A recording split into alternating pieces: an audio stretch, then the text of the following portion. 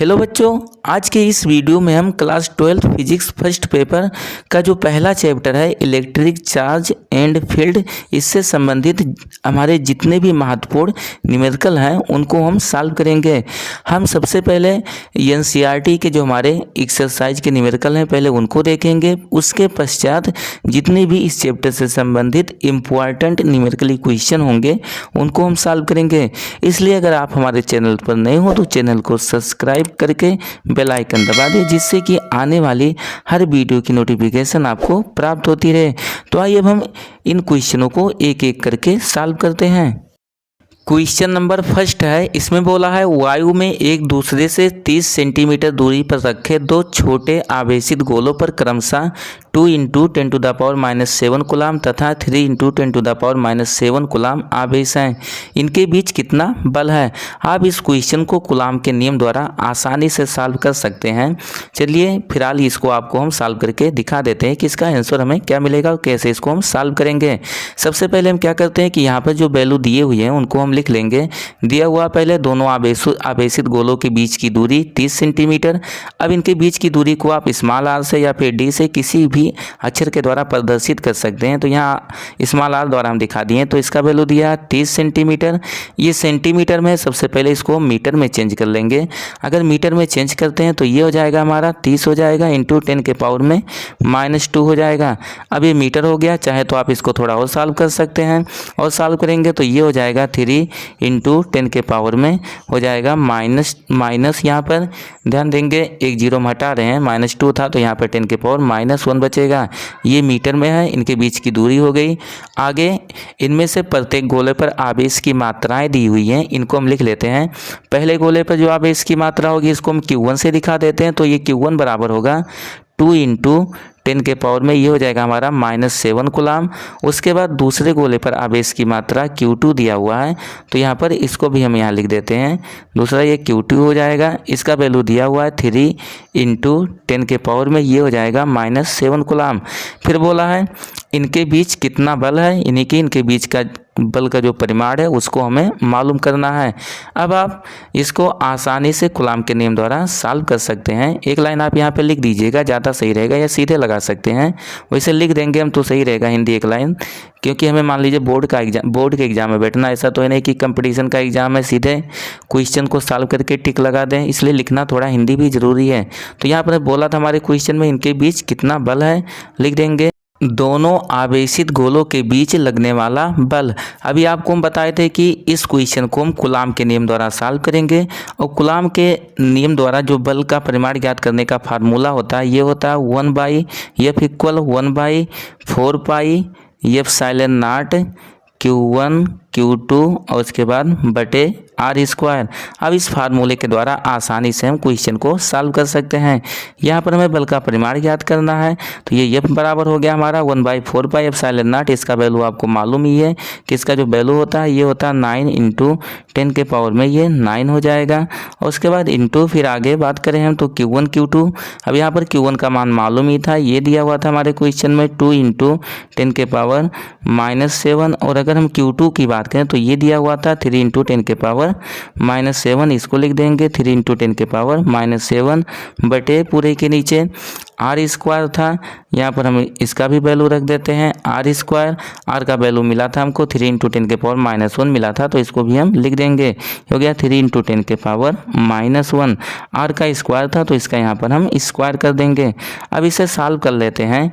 यहाँ पर एक बात और ध्यान दीजिएगा, आप ब्रैकेट ओपन करेंगे तो यहाँ से कुछ और वैल्यू हमको प्राप्त होंगे। ये हो जाएगा, गुण से पहले गुणा कर लीजिए, ये 9 था, 9 को लिख दिए, और उसके बाद 2 का गुणा 3 में होगा, ये हो जाएगा हमारा 6।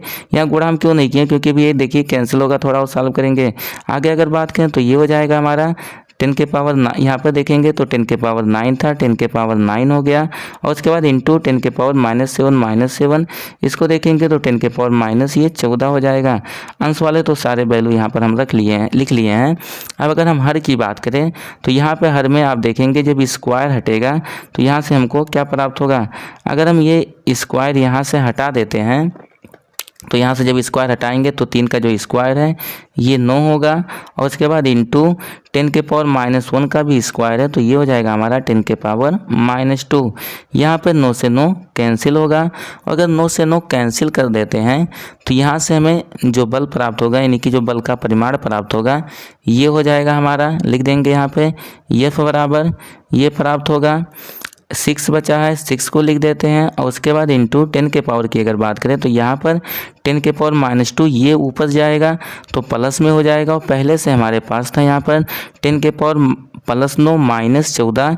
इनको जब हम सॉल्व करेंगे तो -14 में अगर हम 9 जोड़ देते हैं तो यहाँ से ये बचेगा -5 हो जाएगा, और इंटू 10 के पावर -2 इसको ऊपर लाएंगे तो ये हो जाएगा हमारा 10 के पावर +2 हो जाएगा।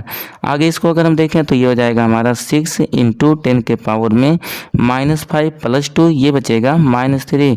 बल का वैल्यू मिला है, और हमें मालूम है कि बल का मात्रक न्यूटन होता है।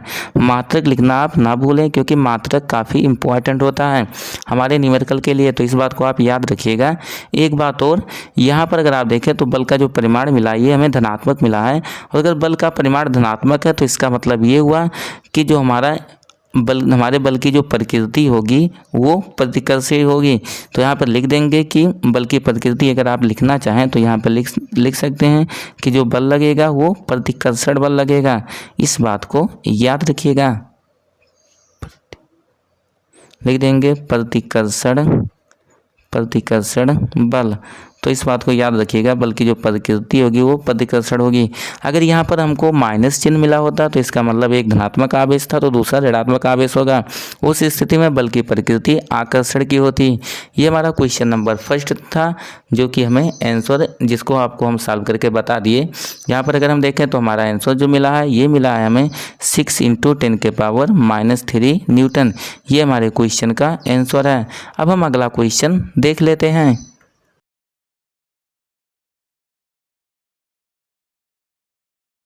क्वेश्चन नंबर 2 है, इसमें बोला है 0.4 माइक्रोकूलाम आवेश के किसी छोटे गोले पर किसी अन्य छोटे आवेशित गोले के कारण वायु में 0.2 न्यूटन बल लगता है। यदि दूसरे गोले पर 0.8 माइक्रोकूलाम आवेश हो, उसके बाद आगे बोला है तो दोनों गोलों के बीच कितनी दूरी है। दूसरे में बोला है दूसरे गोले पर पहले गोले के कारण कितना बल लगता है। तो यहाँ पर जो वैल्यू दिए हुए हैं पहले उनको हम लिख देते हैं। शुरू में दिया है कि 0.4 माइक्रोकूलाम आवेश के, ये हमारा पहला आवेश है तो यहाँ पर हम लिख देते हैं Q1। ये दिया है 0.4 माइक्रोकूलाम, इसको हम पहले चेंज कर लेते हैं कूलाम में, तो ये हो जाएगा 0.4 है, 0.4 लिख दिए। माइक्रो का मतलब आपको मालूम ही है कि इसका मतलब होता है 10 के पावर -6। उसके बाद कूलाम बोला, कूलाम लिख देते हैं और थोड़ा इसको सॉल्व कर लेते हैं। दशमलव को अगर हटाना चाहें तो यहाँ पर पॉइंट में और एक बढ़ जाएगा, मतलब 10 के पावर में माइनस में एक और बढ़ जाएगा, तो ये हो जाएगा हमारा 4 इंटू 10 के पावर में -7 कूलाम हो जाएगा। उसके बाद बोला है किसी आवेशित गोले पर, आगे बोला अन्य छोटे आवेशित गोले के कारण वायु में 0.2 न्यूटन बल लगता है। यहाँ पे जो बल बोला है दोनों आवेशों के बीच लगने वाला बल बोला है ये दिया हुआ है 0.2 न्यूटन, इसको हम लिख लेते हैं। उसके बाद आगे यदि दूसरे गोले पर 0.8 माइक्रोकूलाम आवेश हो, लेकिन दूसरे गोले पर आवेश की मात्रा दी हुई है, इसको हम Q2 से दिखा देते हैं। Q2 का वैल्यू है 0.8 माइक्रोकूलाम। अभी इसको हम चेंज करेंगे, जैसे इसमें आप चेंज किए थे वैसे चेंज करेंगे तो ये मिल जाएगा हमको 8 इंटू, ये हो जाएगा 8 इंटू 10 के पावर -7 कूलाम। ये दूसरे गोले पर आवेश की मात्रा हो गई। अब बोला है इसमें तो पहला दोनों गोलों के बीच कितनी दूरी है। पहले में क्या करना है हमें कि दोनों गोलों के बीच की दूरी ज्ञात करनी है। अगर हम दोनों गोलों के बीच की दूरी की बात करें, कहने का मतलब पहले में हमें r का मान ज्ञात करना है। यहाँ पे लिख देंगे, चाहे आप लिखना चाहें, r का मान हमें ज्ञात करना है। तो यहाँ पर एक लाइन लिख देंगे, इसको हम कूलाम के नियम द्वारा सॉल्व करेंगे। तो लिख देंगे दोनों गोलों के पर लगने वाला बल, आप चाहे तो हिंदी लिख देते हैं, थोड़ा सही रहता है, लिख देते हैं हम। तो यहाँ से हो जाएगा ये दोनों आवेशित गोलों के बीच लगने वाला बल। अभी पिछले वाले में हमने कॉपी किया था, चलिए यहाँ पर पेस्ट कर देते हैं। अब लिखेंगे तो ये हो जाएगा दोनों आवेशित गोलों के बीच लगने वाला बल। बोले भी आपको हम कि इसको हम कूलाम के नियम द्वारा सॉल्व करेंगे। ये हमारा फार्मूला होता है, अभी लिखे ही थे, 1/4 पाई एप्सिलॉन नॉट उसके बाद Q1 Q2 बटे आर स्क्वायर। अब यहाँ सारे वैल्यू जो हमारे दिए हुए हैं उनको हम रख देते हैं। आगे हम बात करें, बल का मान दिया हुआ था हमारे क्वेश्चन में, ये दिया है 0.2 न्यूटन, तो यहाँ पे लिख देंगे 0.2 हो जाएगा बराबर 1/4 पाई एप्सिलॉन नॉट, इसका वैल्यू होता है 9 × 10 के पावर ये 9 हो जाएगा। उसके बाद Q1 का मान दिया हमारे क्वेश्चन में, ये दिया हुआ 4 × 10 के पावर -7 लिख देंगे। Q2 ये है 8 × 10 के पावर -7, तो इसको भी लिख देते हैं। उसके बाद बटे आर स्क्वायर, तो आर स्क्वायर का वैल्यू यहाँ पे रख देंगे हम लोग। आर स्क्वायर का अगर यहाँ मान रखें तो आर के अगर मान की बात करें, सॉरी यहाँ पर आर का मान हमको ज्ञात करना है, तो आर स्क्वायर ऐसे हम रहने देते हैं। आगे अगर इसको हम सॉल्व करें तो ये मिल जाएगा हमको, ध्यान दीजिएगा बहुत सिंपल क्वेश्चन है। इसको आगे अगर हम सॉल्व करते हैं तो ये हो जाएगा, चलिए यहाँ लाइन एक खींच लेते हैं। फिर आगे अगर यहाँ से हम इसको सॉल्व करें हो जाएगा आर स्क्वायर, एक काम करते हैं आर स्क्वायर बराबर इसको हम लिख देते हैं, यानी कि आर स्क्वायर को हम दाएं साइड से बाएं साइड में ले जाएंगे तो यहाँ भाग है दूसरी तरफ जाएगा तो गुणा हो जाएगा। ये हो जाएगा हमारा आर स्क्वायर, यहाँ से आर स्क्वायर बराबर जब लिखेंगे तो ये हो जाएगा आर स्क्वायर बराबर, यहाँ से अगर हम देखें तो गुणा कर देंगे यहाँ पर, या आप चाहे तो इसको कैंसिल भी कर दें या रहने दे, बाद में एक साथ करते हैं, गुणा कर दीजिए। 8 चौके 32 और 32 का गुणा 9 में हुआ, या फिर इसको थोड़ा सॉल्व कर लेते हैं तब गुणा करें। ये हो जाएगा आर स्क्वायर बराबर, यहाँ पर हो गया 8 का गुणा 9 में कर लेते हैं तो 8 9 ये 72 हो जाएगा, यानी कि लिख देंगे हम 72 72, और उसके बाद 4 यहाँ पे छोड़ देते हैं क्योंकि भी कैंसिल होगा इसलिए इसको हम नहीं गुणा किए हैं। फिर आगे हो जाएगा, अगर हम पावर वाले की बात करें तो ये होगा 10 के पावर +9 है, 10 के पावर 9 लिख देते हैं। और उसके बाद आगे यहाँ देखें तो 10 के पावर -7 ये -14 हो जाएगा। उसके बाद यहाँ पर 0.2 का भाग हुआ है तो यहाँ पर हम बटे 0.2 लिख देते हैं, या आप चाहें तो इसको एक लाइन सॉल्व कर सकते हैं। समझिए इसका भाग भी हुआ, हम सॉल्व भी कर दे रहे हैं। 0.2 को हम लिख सकते हैं यहाँ से, ये हो जाएगा हमारा 2 और इंटू 10 के पावर -1 हो जाएगा। ऐसा इसलिए लिखें कि आसानी से आप समझ जाएं। अब यहाँ से अगर देखें तो ये आप इसको काट सकते हैं 2 से, ये 4 कटेगा, यहाँ पे 2 बच जाएगा। और उसके बाद आगे अगर हम इसको लिखें तो ये हो जाएगा हमारा आर स्क्वायर बराबर, यहाँ पे देखें तो 2 बचा है, 2 का गुणा 72 में होगा, ये हो जाएगा 144 हो जाएगा। और उसके बाद इंटू 10 के पावर की बात करें तो यहाँ पर 10 के पावर -1 है, ये ऊपर जाएगा तो +1 हो जाएगा। तो जब +1 होगा तो यहाँ पर 9 पहले से था पावर में प्लस में, एक ये 10 हो जाएगा, और 10 के पावर 10 प्लस में और माइनस ये 14 माइनस में होगा, तो यहाँ से ये बच जाएगा हमारा 10 के पावर -4।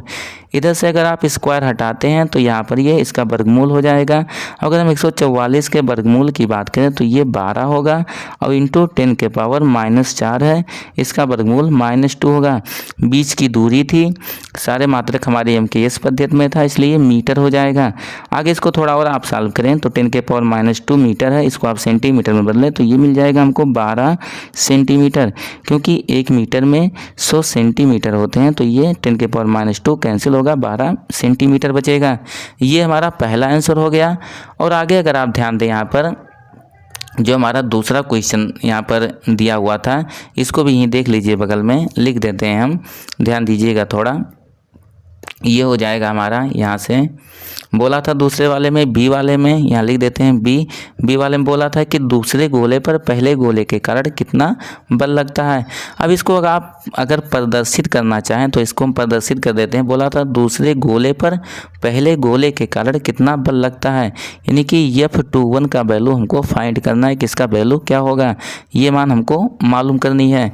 अब याद कीजिए, आप पढ़े होंगे इसका कूलाम के नियम का सदिश रूप, और कूलाम के नियम के सदिश रूप के द्वारा आपने सिद्ध क्या होगा कि वेक्टर F21 जो होता है, वेक्टर F21 ये बराबर होगा माइनस वेक्टर F12 के, यानी कि पहले गोले द्वारा जितना बल दूसरे गोले पे लगता है, दूसरा गोला उतना ही बल पहले गोले पे लगाएगा, लेकिन विपरीत दिशा में। ये इसका जो स्टेटमेंट का गणितीय रूप है। अब इसके द्वारा आसानी से हम सॉल्व कर सकते हैं। F minus F vector F12 की अगर बात करें तो यहाँ पर आप ध्यान देंगे यही लिखा हुआ है, इसी को हम लोग क्या बोलेंगे, यही है हमारा वेक्टर F12। यहाँ पे दिया हुआ था कि 0.2 न्यूटन, तो इसको आप ध्यान दीजिएगा।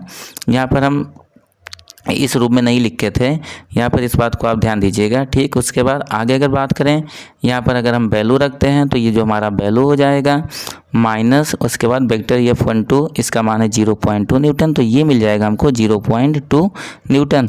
माइनस यहाँ आपके ऊपर अगर हम माइनस की बात करें तो माइनस केवल डायरेक्शन बताएगा कि यहाँ पर जो हमारा मतलब दूसरे गोले द्वारा पहले गोले पे लगा बल था उसके विपरीत दिशा में होगा। बल का परिमाण तो समान होगा लेकिन दिशा विपरीत होगी।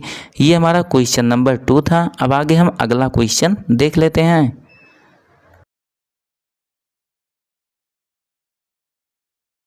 ये है, इसमें बोला है जांच द्वारा सुनिश्चित कीजिए कि ke² बटे GME इंटू MP विमाहीन है। भौतिक नियतांकों की सारणी देखकर इस अनुपात का मान ज्ञात कीजिए। यह अनुपात क्या बताता है? ध्यान दीजिएगा, क्वेश्चन काफ़ी सिंपल है, केवल देखने में कठिन लग रहा है क्योंकि यहाँ प्रतीक के रूप में दिए हुए हैं, बाकी क्वेश्चन काफ़ी आसान है। तो यहाँ पर हमारे क्वेश्चन में जो प्रतीक पहले दिए हैं उनको हम लिख लेते हैं। ये दिया हुआ है यहाँ पर ke², तो लिख देते हैं ke² और उसके बाद बटे, यहाँ बात करें हर में तो हर में दिया हुआ है कैपिटल G, उसके बाद ME इंटू MP। बोला है यहाँ पर कि यह हमें सिद्ध करना पहले कि ये विमाहीन है और साथ ही हमें भौतिक नियतांकों की सारणी देखकर इस अनुपात का मान ज्ञात करना है। तो ऐसे आपको लगभग सारे नियतांकों का मान ज्ञात ही होगा, अगर नहीं ज्ञात है तो भी यहाँ पर हम लिख ही रहे हैं। आप ध्यान दीजिएगा, यहाँ पर के का मतलब होता है 1/4 पाई एप्सिलॉन नॉट। यहाँ पर अगर आपको नहीं मालूम है तो बगल में लिख देते हैं, यहाँ पर के इक्वल होता है ये 1/4, के का मतलब होता है 1/4 पाई एप्सिलॉन नॉट। तो इसको आप ध्यान दीजिएगा। और हमें मालूम है कि इसका जो वैल्यू होता है ये होता है हमारा 9 इंटू 10 के पावर 9 होता है। तो इसको हम लिख देंगे, पहले के का वैल्यू लिख देते हैं, ये हो जाएगा हमारा 9 इंटू 10 के पावर ये 9 हो जाएगा। अभी मात्रक को हम पीछे लिख देंगे, ठीक, एक एक पहले इसका वैल्यू लिखते हैं। उसके बाद ई है, ई का मतलब एक इलेक्ट्रॉन पर मूल आवेश का, ई का मतलब होता है मूल आवेश, मतलब एक इलेक्ट्रॉन पर आवेश की मात्रा। इसका वैल्यू होता है 1.6 इंटू 10 के पावर -19। ई का स्क्वायर है तो यहाँ पर इसका हम स्क्वायर कर देते हैं। ये तो अंश की बात हो गई। अब हम क्या करते हैं कि हर में जो दिए हुए हैं हमारे कांस्टेंट उनका वैल्यू रख देते हैं। तो यहाँ पर ये G दिया हुआ कैपिटल G, और कैपिटल G ये है सार्वत्रिक गुरुत्वाकर्षण नियतांक होता है, आप 11th में पढ़े ही थे। इसका वैल्यू होता है 6.67 इंटू 10 टू द पावर -11। मात्रक किसी का नहीं लिखे, भी मात्रक हम पीछे लिख देंगे। उसके बाद आगे ME इसका मतलब इलेक्ट्रॉन का द्रव्यमान, और एक इलेक्ट्रॉन का जो द्रव्यमान होता है ये 9.1 होता है। फिलहाल हम 9 ही लिखेंगे जिससे कैलकुलेशन थोड़ा आसान हो। तो 9 इंटू 10 के पावर ये होता है -31 kg। उसके बाद इंटू MP है, MP का मतलब प्रोटॉन का द्रव्यमान, और ये होता है 1.6 इंटू 10 के पावर -27 kg। तो इसको हम लिख देते हैं। अब यहाँ पर सारे वैल्यू रख दिए हैं, मात्रक को लिख देते हैं। चलिए मात्रक को पीछे की तरफ लिख देते हैं। इसके बाद अगर हम मात्रक की बात करें तो शुरू में के था जिसका वैल्यू था 1/4 पाई एप्सिलॉन नॉट। और हमें मालूम है कि जो इसका मात्रक होता है, यहाँ मात्रक लिख दे रहे हैं बगल में, ध्यान दीजिएगा थोड़ा। इसका जो मात्रक होता है ये होता है न्यूटन मीटर स्क्वायर बटे कूलाम स्क्वायर। आप पढ़े ही होंगे, इसके बारे में जानते ही हैं, ठीक। यह मात्रक हम सीधे लिख दे रहे हैं। आप चाहे तो कूलाम के नियम के फार्मूले द्वारा इसका मात्रक आसानी से ज्ञात कर सकते हैं। मात्रक यहाँ पीछे लिख देते हैं सबका। तो पहले के था, के का मात्रक ये हो जाएगा हमारा न्यूटन मीटर स्क्वायर बटे कूलाम स्क्वायर। अभी तो ये केवल हम के का मात्रक लिखे हैं। उसके बाद ई है, ई मूल आवेश यानी कि एक इलेक्ट्रॉन पर आवेश की मात्रा थी, ये आवेश है तो इसका मात्रक होगा कूलाम स्क्वायर। अभी तो ये केवल हम अंश वाले का मात्रक लिखे हैं। फिर हम क्या करेंगे, जो हर में हमारे कांस्टेंट दिए हुए थे उनका भी यहाँ पर हम मात्रक लिख देते हैं। तो सबसे पहले जी था सार्वत्रिक गुरुत्वाकर्षण नियतांक। इसका मात्रक आप जानते हैं कि इसका मात्रक होता है न्यूटन मीटर स्क्वायर बटे किलोग्राम स्क्वायर। ये तो कैपिटल जी का मात्रक हो गया इनटू उसके बाद यमी यानी कि एक इलेक्ट्रॉन का द्रव्यमान था और ये इलेक्ट्रॉन का द्रव्यमान है तो द्रव्यमान का मात्रक किलोग्राम होता है, किलोग्राम लिख दिए इनटू एमपी था ये प्रोटॉन का द्रव्यमान, इसका मात्रक भी किलोग्राम हो जाएगा। अब यहाँ पर अगर आप ध्यान दें तो यहाँ पर सारे मात्रक एक दूसरे को कैंसिल कर देंगे क्योंकि यहाँ पर कूलाम स्क्वायर से कूलाम स्क्वायर कटा। इसी टाइप से यहाँ किलोग्राम स्क्वायर था, किलोग्राम किलोग्राम कैंसिल हुआ, फिर बचा न्यूटन, न्यूटन से न्यूटन कैंसिल हुआ, मीटर स्क्वायर से मीटर स्क्वायर कैंसिल हुआ। तो यहाँ पर अगर आप देखें तो कोई भी मात्रक नहीं बचा, इसलिए यहाँ पर जो भी हमें यहाँ पर वैल्यू प्राप्त होगा ये बीमाहीन राशि होगा। अब यहाँ से इसको भी हम सॉल्व कर लेते हैं। इसे अगर यहाँ पर आप सॉल्व करते हैं तो इसका मान हो जाएगा, ध्यान देना थोड़ा, यहाँ पर होगा क्या करते हैं एक बात और ध्यान दीजिए 1 पॉइंट यहाँ पर 6 × 10⁻⁷ मिला है, यहाँ पर एक बार से ये एक बार कैंसिल हो जाएगा, कैंसिल कर देते हैं। उसके बाद ये बचेगा, अगर हम अंश की बात करें तो अंश में बचेगा 9 × 1.6, यहाँ स्क्वायर था एक बार ही कैंसिल हुआ है, एक बार बच जाएगा। उसके बाद 10 के पावर की अगर बात करें तो यहाँ पर होगा 10 के पावर 9 था पहले से, और कोष्टक के अंदर देखें 10 के पावर -19 इसका स्क्वायर था तो ये हो जाएगा 10 के पावर -19 दूना 38 हो जाएगा। ये तो अंश के वैल्यू हो गए। अगर हम हर में देखें तो इसके जो हर में होगा ये हो जाएगा हमारा यहाँ से 6.67 और यहाँ 9 में एक बात और ध्यान दीजिए 9 से 9 भी कट जाएगा। चलिए यहाँ 9 तो हम लिख दिए तो नहीं काट रहे हैं, एक बार लिख ही देते हैं। तो ये 6.67 × 9 हो गया और उसके बाद 10 के पावर की अगर बात करें तो ये हो जाएगा हमारा 10 के पावर -11 -31 और -27, सब माइनस में जोड़ देंगे। अगर हम सबको जोड़ते हैं तो -11 -31 ये -42 हो जाएगा। यहीं पर चलिए बगल में जोड़ देते हैं -42 और उसके बाद -27 है, इसको अगर जोड़ते हैं तो 7 2 ये 9 हो जाएगा और 4 2 6 यानी कि -69 प्राप्त होगा। इस प्रकार से यहाँ पर अब हम लिख सकते हैं ये 10 के पावर हो जाएगा -69। अब आगे इसको हम सॉल्व कर लेते हैं। आगे अगर इसको आप सॉल्व करते हैं उससे पहले यहाँ पर ध्यान दीजिए 9 से 9 यहाँ पर कैंसिल होगा और यहाँ पर थोड़ा काम और एक हम करते हैं। यहाँ से जैसे ये 1.6 है 1.6 लिख देंगे। उसके बाद यहाँ पर ध्यान दीजिएगा थोड़ा 10 के पावर 9 है और यहाँ पर 10 के पावर -38 है, इसको हम घटा देते हैं या आप ना घटाना चाहें तो यहाँ पे ध्यान देंगे 10 के पावर 9 है 10 के पावर 9 लिख देते हैं। उसके बाद 10 के पावर फिर -38 है -38 हो गया यहाँ पर, और ये जो 10 के पावर -69 है इसको हम ऊपर ले आते हैं। तो जब इसको ऊपर लाएंगे तो ये 10 के पावर ये +69 हो जाएगा। और उसके बाद अगर हर की बात करें तो हर में केवल बचा है यहाँ पर 6.67 बचा हुआ है, इसको थोड़ा हम सिंपल करके लिख देते हैं 6.6। दशमलव के बाद है, निकटतम वैल्यू हमको ज्ञात करनी है तो बहुत ज़्यादा मतलब नहीं है 2 अंक की, यहीं पे रहने देते हैं। ऐसा इसलिए हम करते हैं जिससे कि कैलकुलेशन सिंपल हो जाए।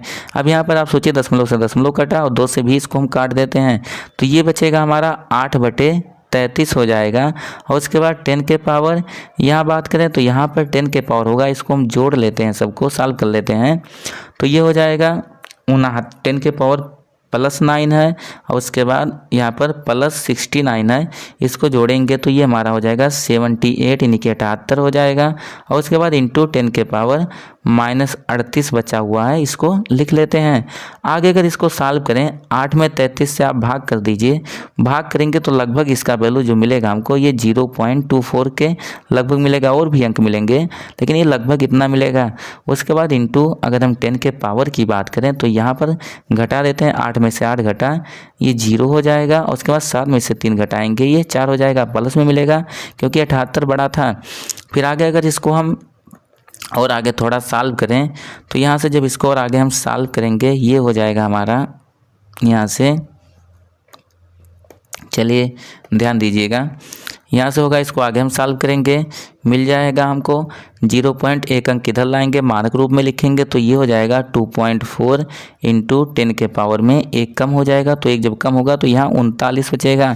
अब याद कीजिए आप, ये आप पढ़े ही होंगे कि यहाँ पर आगे वैल्यू बहुत छोटा वैल्यू, उससे में कोई मतलब नहीं, केवल आप इस पे ध्यान दीजिएगा, जो यहाँ पावर के रूप में लिखा हुआ है केवल इस पे फोकस कीजिए। तो यहाँ पे जो पावर के रूप में लिखा हुआ है ये क्या था, आप पढ़े ही हैं कि ये दो कोई मतलब एक इलेक्ट्रॉन और एक प्रोटॉन हो, उनके बीच जो लगने वाला वैद्युत बल और उनके बीच लगने वाला जो गुरुत्वाकर्षण बल होता है, उनमें जो अनुपात का मान होता है वो हमको मिलता है 10 के पावर 39। यानी कि यहाँ पर जो 10 के पावर 39 है, ये इलेक्ट्रॉन व प्रोटॉन के बीच लगने वाले वैद्युत बल व गुरुत्वाकर्षण बल के अनुपात का मान है। तो इस बात को आप ध्यान दीजिएगा। हमारे क्वेश्चन में बोला था कि ये सिद्ध करना था कि विमाहीन राशि है, तो यहाँ पर कोई मात्रक नहीं बचा, इसलिए विमाहीन राशि होगा। आप देख ही रहे हैं कोई मात्रक नहीं मिला। आगे बोला था सारणी देख के इस अनुपात का मान ज्ञात कीजिए, तो अनुपात का मान आप ज्ञात ही कर लिए हो। फिर बोला था यह अनुपात क्या बताता है, तो यहाँ पर हम लिख देंगे, चलिए यहाँ पे देखिए हम पहले से लिख दिए जिससे कि आपके समय का बचत हो, कि उपर्युक्त मान इलेक्ट्रॉन व प्रोटॉन के बीच लगने वाले वैद्युत बल व चुंबकीय बल के अनुपात को व्यक्त करता है। ये हमारा आंसर हो गया जो भी हमारे क्वेश्चन में पूछा था। अब हम अगला क्वेश्चन देख लेते हैं। क्वेश्चन नंबर 6 है, इसमें बोला है 4 बिंदु आवेश QA 2 microcoulomb, QB -5 microcoulomb, QC 2 microcoulomb तथा QD -5 माइक्रोकुलाम 10 सेंटीमीटर भुजा के किसी वर्ग ABCD के शीर्षों पर अवस्थित हैं। आगे बोला है वर्ग के केंद्र पर 1 माइक्रोकुलाम आवेश पर लगने वाला बल कितना होगा। सबसे पहले हम क्या कहते हैं, दिए गए इन्फॉर्मेशन के अनुसार जो हमारी आकृति होगी उसको हम बना लेते हैं, जिससे कि आसानी से आप क्वेश्चनों को समझ सकें। उसके बाद हम जैसा भी बोला है उसके अनुसार हम क्वेश्चन को सॉल्व करेंगे। एक वर्ग बना देंगे, ये हमारा वर्ग हो गया। आगे बोला था कि इस वर्ग का जो नाम होगा ये ABCD होगा, तो यहाँ पर हम इसके शीर्षों को लिख देते हैं। पहला शीर्ष ये A हो गया, दूसरा शीर्ष हमारा यहाँ पर B, तीसरा शीर्ष C और उसके बाद चौथा शीर्ष ये T हो गया। अब बोला था कि इस वर्ग के प्रत्येक भुजा की लंबाई बराबर होगी, और मालूम है कि वर्ग की प्रॉपर्टी होती है, कहने की तो ज़रूरत नहीं है कि वर्ग जो होता है उसके प्रत्येक भुजा की लंबाई बराबर और प्रत्येक कोण जो होता है वो 90 अंश का होता है। ये बात भी आप याद रखेंगे कि वर्ग का प्रत्येक कोण 90 अंश का होता है। अब यहाँ पर बोला था यहाँ कि ये 2 माइक्रोकुलाम, यानी कि जो शीर्ष A पर आवेश होगा इसका मान 2 माइक्रोकुलाम होगा, जो QB पर है इसका मान दिया हुआ है। तो यहाँ पर चलिए फिलहाल हम इसे रहने देते हैं, या आप चाहें तो यहाँ लिख देंगे QA यहाँ पे दिया 2 माइक्रोकुलाम का आवेश दिया, तो यहाँ 2 माइक्रोकुलाम लिख देते हैं। QB है ये -5 माइक्रोकुलाम है, लिख देते हैं -5 माइक्रोकुलाम। इसी टाइप से अगर हम QC की बात करें तो QC ये दिया 2 माइक्रोकुलाम, इसको भी लिख देते हैं। QD है -5 माइक्रोकुलाम, इसे भी लिख देते हैं, -5 माइक्रोकुलाम हो गया। आगे बोला था कि 10 सेंटीमीटर भुजा के किसी वर्ग ABCD के शीर्षों पर अवस्थित है, ये तो हो गया। फिर बोला था वर्ग के केंद्र पर 1 माइक्रोकुलाम आवेश पे लगने वाला बल कितना होगा। तो वर्ग का हम केंद्र निकाल लेते हैं। वर्ग के केंद्र का मतलब आप जानते ही होंगे कि वर्ग के जो विकर्ण होंगे उनके प्रतिच्छेद बिंदु को हम वर्ग का केंद्र कहेंगे। तो यहाँ पर वर्ग का हम विकर्ण खींच देते हैं, यानी कि B को D से और उसके बाद A को C से मिला देते हैं।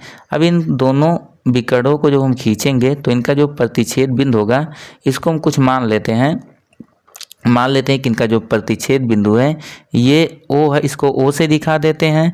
और यहाँ पर बोला है कि O पर यहाँ पर जो आवेश रखा हुआ इसका मान 1 माइक्रोकुलाम है, तो यहाँ पर आवेश को भी हम आवेश का जो परिमाण है उसको भी लिख देते हैं। ये हो गया हमारा 1 माइक्रोकुलाम। ये तो हमारे चित्र की बात हो गई, चित्र बना ही दिया आपको, हम समझा दिए। ये वर्ग हो गया, प्रत्येक शीर्षों पर आवेश रखे हुए हैं जिनका वैल्यू लिख दिए हैं, और उसके बाद सेंटर पर 1 माइक्रोकुलाम का आवेश रखा हुआ है। बोला है कि वर्ग के केंद्र पर 1 माइक्रोकुलाम आवेश पे लगने वाला बल कितना है। अब इस बल को हम ज्ञात कर लेते हैं। उससे पहले यहाँ पर ध्यान दीजिएगा, जब हम O पे ज्ञात करेंगे तो यहाँ पर प्रत्येक शीर्ष से ज्ञात करेंगे। हमें मालूम है कि वर्ग का जो केंद्र होता है प्रत्येक शीर्षों से समान दूरी पर होता है, और जो ये दूरी होगी ये विकर्ण की आधी है। वर्ग के विकर्ण बराबर ही होते हैं, इसलिए यहाँ पर हम पहले वर्ग का विकर्ण ज्ञात करेंगे, उसके बाद उसका आधा कर देंगे, जिससे कि हमें प्रत्येक शीर्षों से केंद्र की दूरी मालूम हो जाए। तो यहाँ पर प्रत्येक चीज़ की लंबाई प्रत्येक भुजा की लंबाई दी हुई है 10 सेंटीमीटर। तो यहाँ से हम विकर्ण कैसे ज्ञात करेंगे, आप पढ़े होंगे पाइथागोरस थ्योरम, उसकी सहायता से हम ज्ञात कर सकते हैं। पाइथागोरस थ्योरम क्यों लगाएंगे, क्योंकि हमें विकर्ण की लंबाई ज्ञात करनी है। यहाँ पर आप ध्यान दीजिएगा। चलिए चित्र यहाँ पर हम इसे रिपीट कर देते हैं थोड़ा समझने के लिए। ये हो गया। दूसरा, अगर हम अगली यहाँ पर मान लीजिए अगली भुजा बनाएं तो ये अगली भुजा हो जाएगी। यहाँ पर ध्यान दीजिएगा, ये हो गया। और उसके बाद फिर तीसरी भुजा ये हो गई। यहाँ पर क्या होगा कि एक समकोण त्रिभुज बनेगा, और इसमें हम क्या करते हैं, पाइथागोरस थ्योरम लगा देते हैं। तो जब पाइथागोरस थ्योरम लगाएंगे तो लिख देंगे यहाँ पर, उससे पहले भुजा की लंबाई आप चाहो तो लिख सकते हो, ये दी हुई है प्रत्येक भुजा की लंबाई 10 सेंटीमीटर है। अब 10 ये है तो 10 सेंटीमीटर ये भी होगा, विकर्ण ज्ञात करना है। तो यहाँ पर त्रिभुज का नाम है, लिख देंगे त्रिभुज ABC में, त्रिभुज ABC में इसमें क्या होगा, त्रिभुज ABC में पाइथागोरस थ्योरम के अनुसार ये हो जाएगा हमारा AC बराबर कर्ण का स्क्वायर बराबर होता है लंब का स्क्वायर प्लस आधार या शेष दोनों भुजाओं के वर्गों का योग। तो यहाँ पर हो जाएगा ये 10 का स्क्वायर और प्लस ये हो जाएगा 10 का स्क्वायर।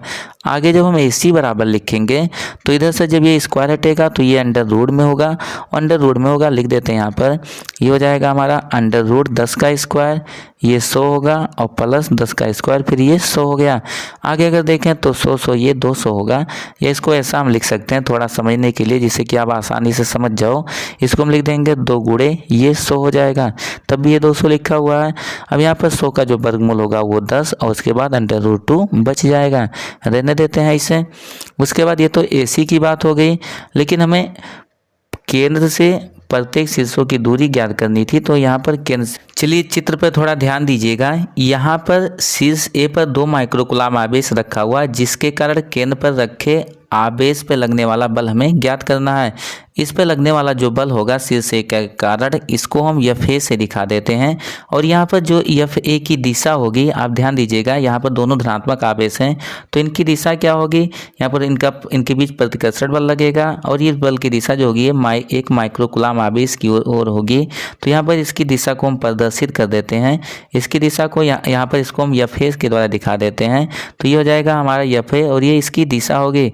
इसी टाइप से फिर हम क्या करेंगे, यहाँ पर जो शीर्ष C पे रखा आवेश होगा इसके कारण जो लगने वाले बल की दिशा होगी, ये यहाँ भी प्रतिकर्षण बल लगेगा और इसकी जो दिशा होगी ये भी बाहर की तरफ हो गई।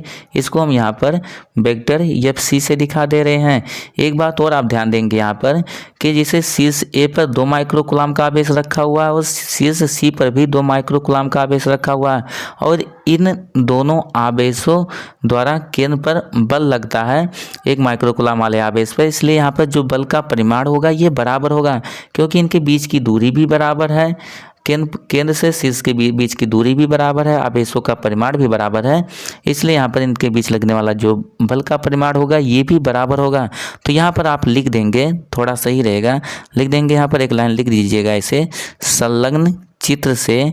अब संलग्न चित्र से अगर हम बात करें तो इनके बल का जैसे बोले कि FC का जो परिमाण होगा FA के परिमाण के बराबर होगा, केवल यहाँ पर दिशा विपरीत है। तो यहाँ से आप इसको लिख सकते हो वेक्टर, याद कीजिए आप कूलाम के नियम का सदिश रूप, जो वेक्टर यहाँ पर FA होगा ये वेक्टर FC के बराबर होगा, परिमाण तो बराबर होगा लेकिन दिशा जो होगी ये विपरीत होगी। तो यहाँ पर हम माइनस लगा देते हैं, इसका मतलब आप समझ ही गए हैं यहाँ पर कि दोनों बलों का परिमाण बराबर लेकिन दिशा विपरीत है। यहाँ पर लिख देंगे तथा।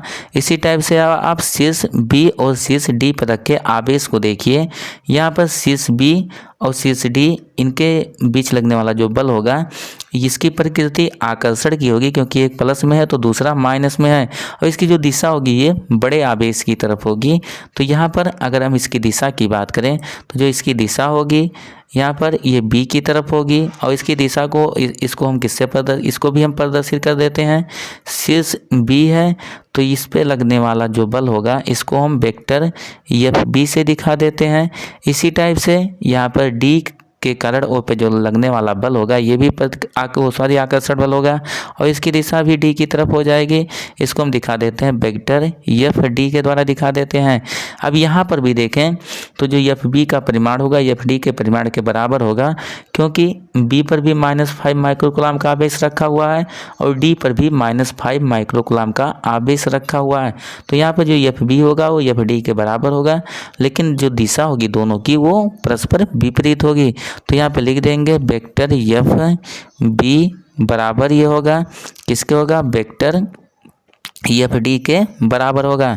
या इसको हम सॉल्व नहीं कर रहे हैं क्योंकि अंक सॉल्व करने का कोई मतलब है नहीं, परिमाण बराबर ही है भी, ये दोनों आसानी से इसका वैल्यू हम ज्ञात कर सकते हैं।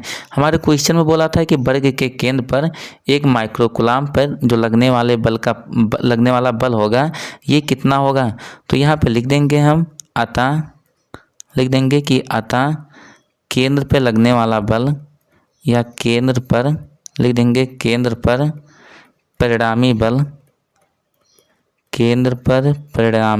बल, इसे हम लिख देंगे एफ बराबर, ये हो जाएगा हमारा एफ बराबर इस प्रत्येक शीर्ष पर रखे आवेश के कारण जो लगने वाला बल होगा सबको लिख देंगे। तो वेक्टर एफ ए प्लस क्या हो जाएगा, वेक्टर एफ बी प्लस आगे वेक्टर एफ सी और उसके बाद प्लस जो चौथा बल था चौथे शीर्ष पर रखे आवेश के कारण एफ डी।